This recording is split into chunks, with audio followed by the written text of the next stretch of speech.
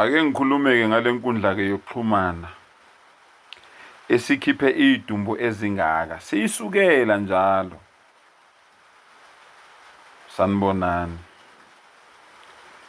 Sanibonani ma-Afrika. Siyamsukela uTikTok akakhiphanga nesisodwa isidumbu. Kodwa umuntu okhiphe isidumbu umuntu olimele ingqondo egameni lika-TikTok. Egameni lenkundla yokuxhumana. Ake ngithathe uTikTok njengembongolo. Bese ngithatha lo okuwuye owenze uTikTok noma o-invente uTikTok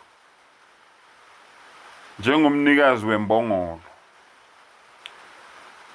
Umnikazi kaTikTok yena ubeke imbongolo yakhe ewu-TikTok wayifasa.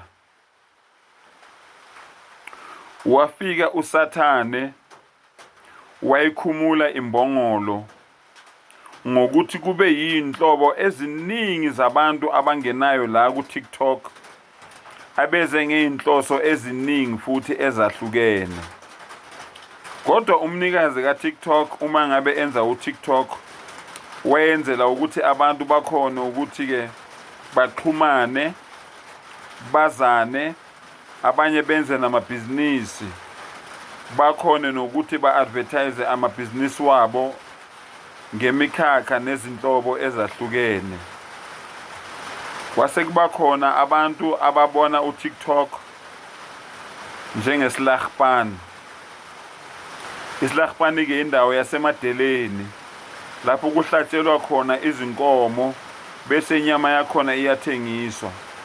Kunabantu ke asebebone uTikTok bayibona njengendawo yasemadeleni lapho ithuluzi abazolisebenzisa ukuthi babulale abanye abantu, ukuthi bahlukumeze eminye imindeni, ukuthi bathuke abanye abantu, ukuthi banyefule abanye abantu, ukuthi bahlebe abanye abantu, ukuthi baxabanise abanye abantu. Yonke lento eniyenzayo la ku-TikTok noma esiyenzayo la ku-TikTok, umnikazi ka-TikTok akazange asho ukuthi siyenze. Ake nginitshela imfihlo.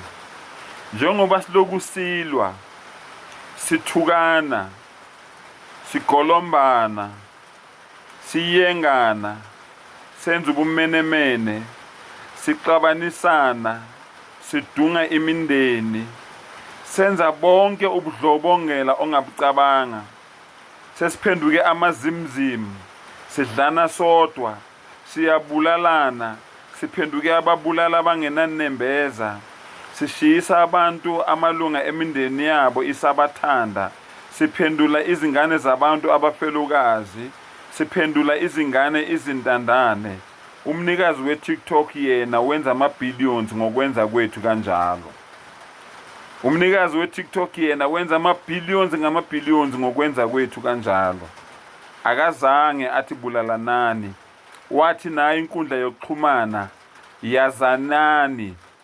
Ngifuna ukuthi nazane nomuntu ofuna ukuthi advertise business yakhe ayi-advertise yaziwe, nomuntu ofuna uku-advertise umculo wakhe awu-advertise waziwe, nomuntu ofuna ukuzi-advertise yena ngobuyena azi-advertise aziwe. Akakazi umnikazi we-TikTok athi bulalanani. Yinina enizikhethele ukubulalana ngoba nivumele uSathane wanibulala ingqondo, wanibulala imiqondo, wanibulala ukuhlakanipha, wanibulala ukukhalipha. Sekanele bafowethu, legazi elichithekayo ngendaba ka-TikTok siyakhuza bafowethu, siyacela, siyanconcoza, siyaphaphatha ingane zakwethu. Sithi sekwanele. Ake sikhuleni sisebenzise lenkundla yokuxhumana ngendlela umnikazi wayo ayidizayine ukuthi ufuna ukuthi isize abantu. Ingaphenduki iTikTok ibe indawo yasemadeleni, ibe indawo yasesilahapani, ibe indawo yala kubulawela khona abantu. Ngiyacela ingane zakwethu, alikho elibi. Uma singalalelana, sithandane, sikwazi ukuxolisa, sikwazi ukuthandana, sikwazi ukuthi ngiyabonga komunye umuntu, konke kuzosihambela kahle. Wa akhiru dawana anilhamdulillahi rabbil alamin.